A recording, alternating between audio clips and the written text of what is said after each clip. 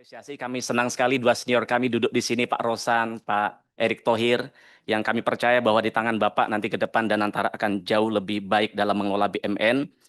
Tentu kami sampaikan terima kasih atas kerja keras Pak Rosan, Pak Erick Thohir, Pak Doni Oskaria, kemudian Pak Tiko, dan semua yang hadir di sini untuk bagaimana mewujudkan cita-cita besar dari Presiden Prabowo untuk membangun kemanfaatan di tengah-tengah masyarakat. Awalnya, Pak, saya hampir sama dengan seluruh masyarakat Indonesia yang skeptis dengan hadirnya Danantara di awal berdiri dulu. Tapi kemudian kemarin atas inisiasi dari Pak Doni Oskaria, kami diajak beliau untuk FGD secara maraton berhari-hari, Pak. Untuk beliau memaparkan berbagai hal soal RKAP di tahun 2025 ini dan menerima masukan sebanyak-banyaknya dari kami begitu.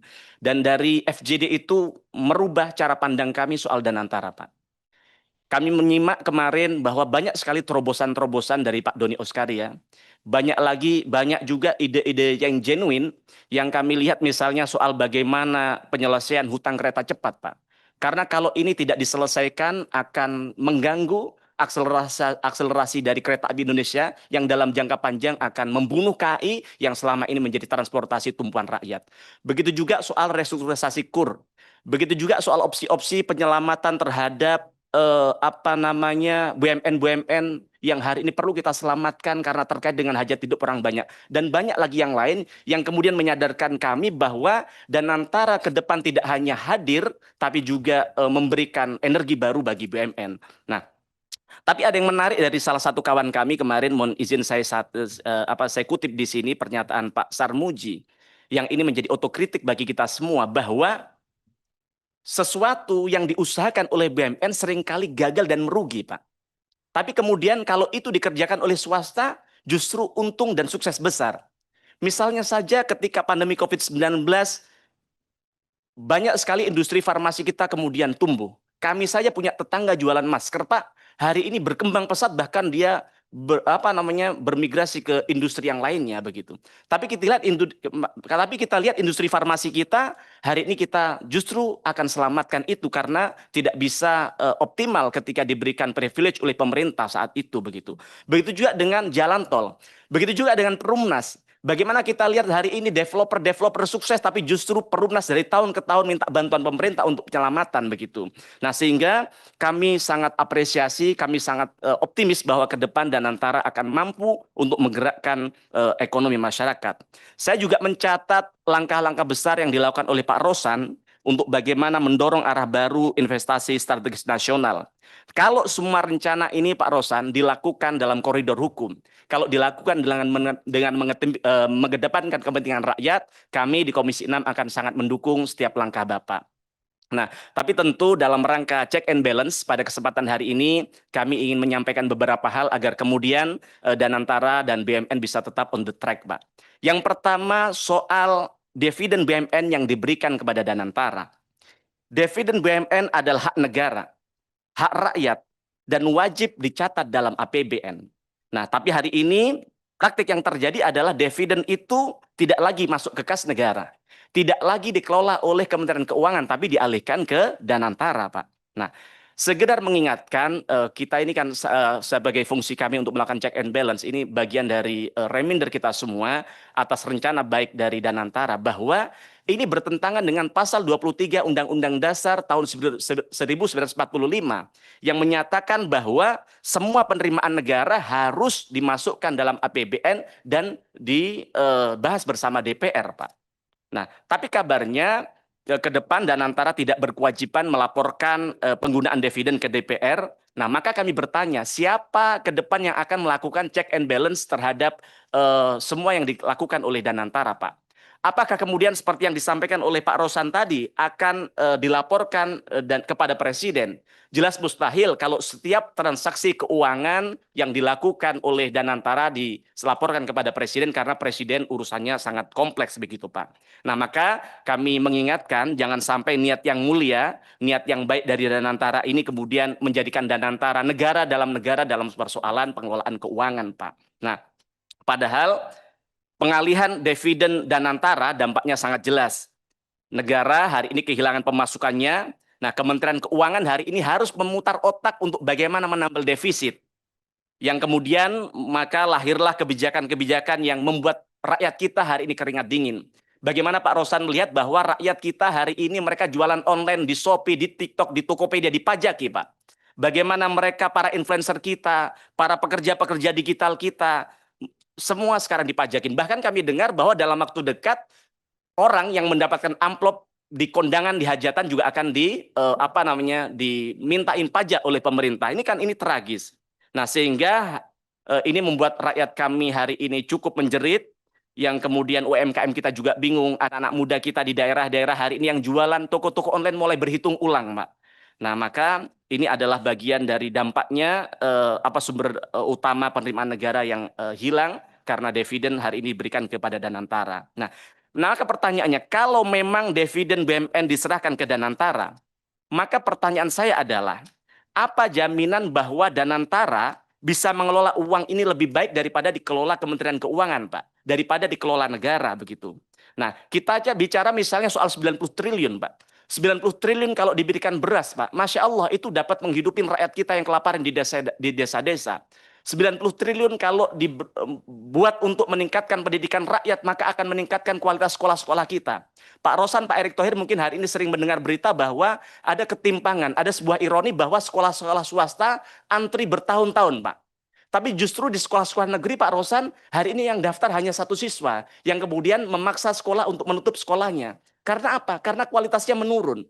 Rakyat lebih percaya kepada sekolah swasta daripada sekolah negeri. Maka harapan kami, dana yang begitu besar yang harusnya bisa meningkatkan kualitas pendidikan, bisa menghidupi rakyat, ini bisa benar-benar dimanfaatkan dengan optimal. Maka kami di DPR tidak akan tinggal diam, kami akan pastikan bahwa uang rakyat harus kembali kepada rakyat.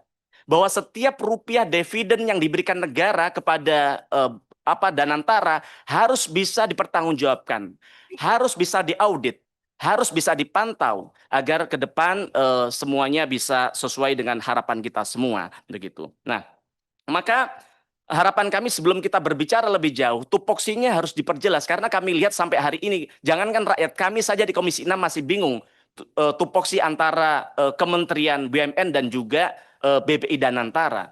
Maka ke depan ketika ada sebuah fraud, ada sebuah kegagalan, jangan terjadi blame shifting yang kemudian saling menyalahkan antara Kementerian BUMN dan juga Danantara, begitu. Kemudian kami juga mengingatkan bahwa ada istilahnya jas merah, Pak. Jangan pernah sekali-kali melupakan sejarah. Itu pesan dan ajaran penting dari para founding father kita, pendiri bangsa kita. Kalau kami lihat hari ini, tiba-tiba Danantara belum pernah rapat bersama Komisi 6, yang kami lihat tiba-tiba semua baliho, semua media-media promosi sudah berubah dari BUMN ke Danantara, Pak. Begitu juga dengan logo-logo yang dipakai baju para BUMN kita sekarang sudah berganti Danantara, begitu. Mohon izin, apakah seburuk itu BUMN selama ini? Izin, Menteri BUMN-nya masih ada, Pak. Lembaga BUMN masih ada. Dan selama ini apakah BUMN buruk? Tidak. Saya Mufti Anam menyaksikan dari tempat ini 5 tahun. Kami melihat bahwa banyak sekali transformasi yang sukses dilakukan Pak Erick Thohir dalam memimpin BUMN. Tapi mohon izin, apakah saya dekat dengan Pak Erick Thohir? Tidak. WA juga jarang dibalas kadang, Pak. Loh, ya.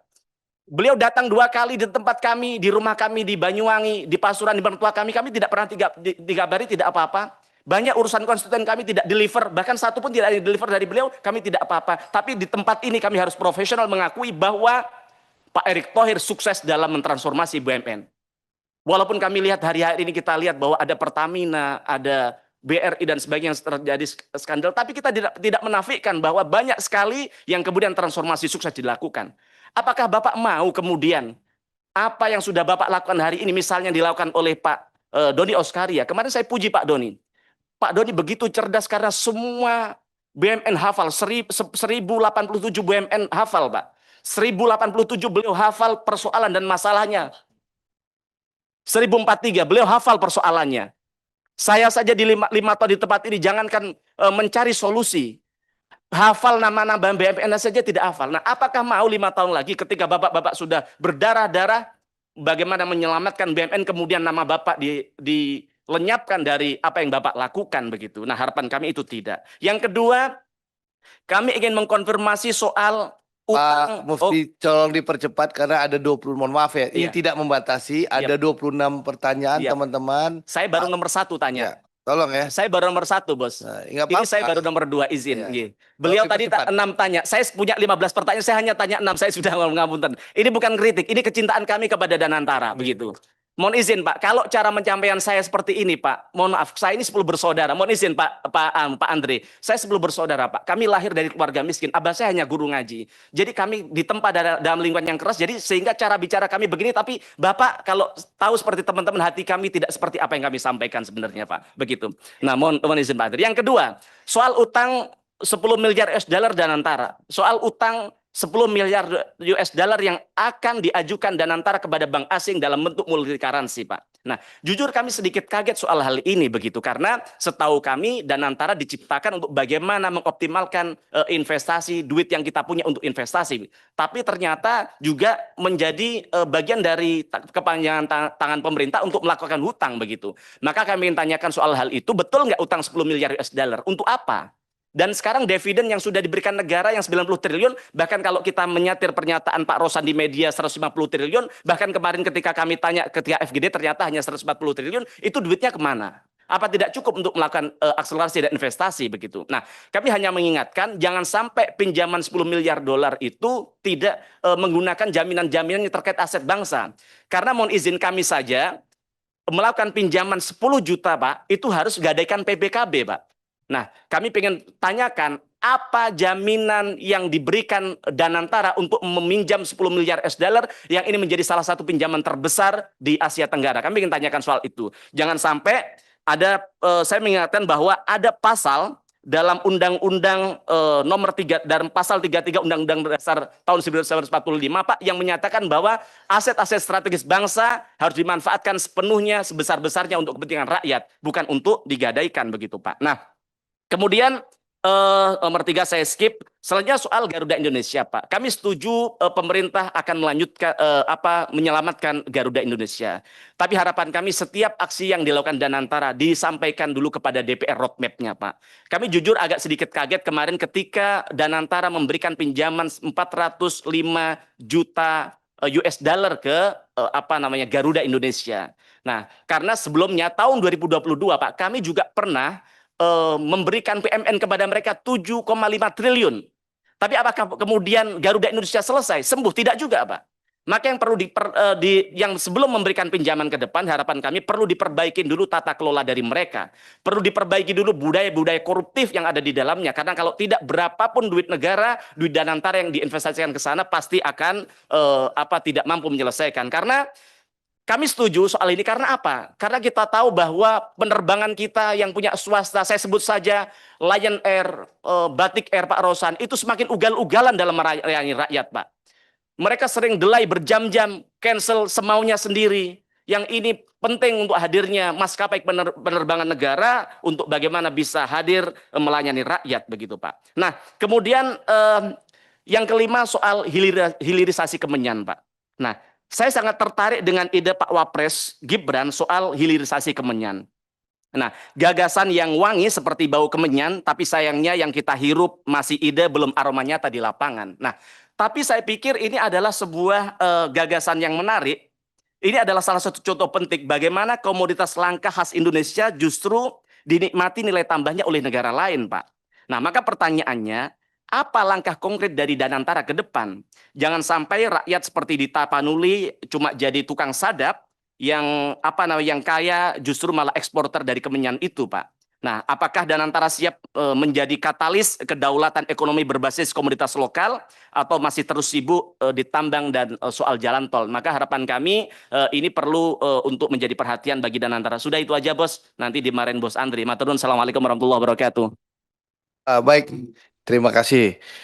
Memang mungkin Pak Mufti agak lupa ya. Padahal undang-undang yang kita sahkan Undang-Undang Nomor 1 Tahun 2025 itu sudah menjawab seluruh pertanyaan Pak Mufti itu. Termasuk soal kenapa uang dividen itu tidak ke Kementerian Keuangan lagi. Masa Pak Mufti lupa asal undang-undang yang Pak Mufti bahas sendiri gitu loh. Enggak. Lalu yang kedua, saya rasa tidak ada soal adu domba ya. Apa namanya? Tidak ada soal Pak Erik ditinggalkan oleh Danantara. Karena Pak Erik ini kan Ketua Dewan Pengawas Danantara, Pak Mufti. Setiap keputusan diambil oleh BPI Danantara tentu dikonsultasikan oleh apa namanya Menteri BUMN sebagai Ketua Dewas Danantara. Apalagi kalau soal teknis Danantara, memang karena operating holdingnya sekarang ada di Nantara. Lalu kenapa kita rapat pertama kali di Komisi 6? Karena memang baru kemarin Mbak Puan mimpin rapat pembagian mitranya gitu loh. Kalau Ketua DPR dari kemarin-kemarin sudah menetapkan mitra, ya tentu kita sudah bisa rapat gitu loh. Jadi itu tolong dipahami. Kenapa kita baru bisa rapat hari ini? Karena memang Ketua DPR baru memimpin rapat beberapa waktu yang lalu, paripurna menetapkan baru beberapa minggu yang lalu, sehingga kita baru bisa rapat hari ini. Jadi Pak Mufti pahami. Terima kasih Pak Mufti. Lanjut ke, saya tidak ingin membatasi jadwal ya, tapi kita kan harus berbagi sama teman-teman yang lain ya. Kalau bisa satu penanya maksimal 5 menit lah ya, supaya semua bisa kebagian. Ya, ya semua ya. Pak Rosan, silakan Pak Rosan. Bapak-bapak Ibu sekalian, beliau akan pamit dengan kita. Ya, silakan.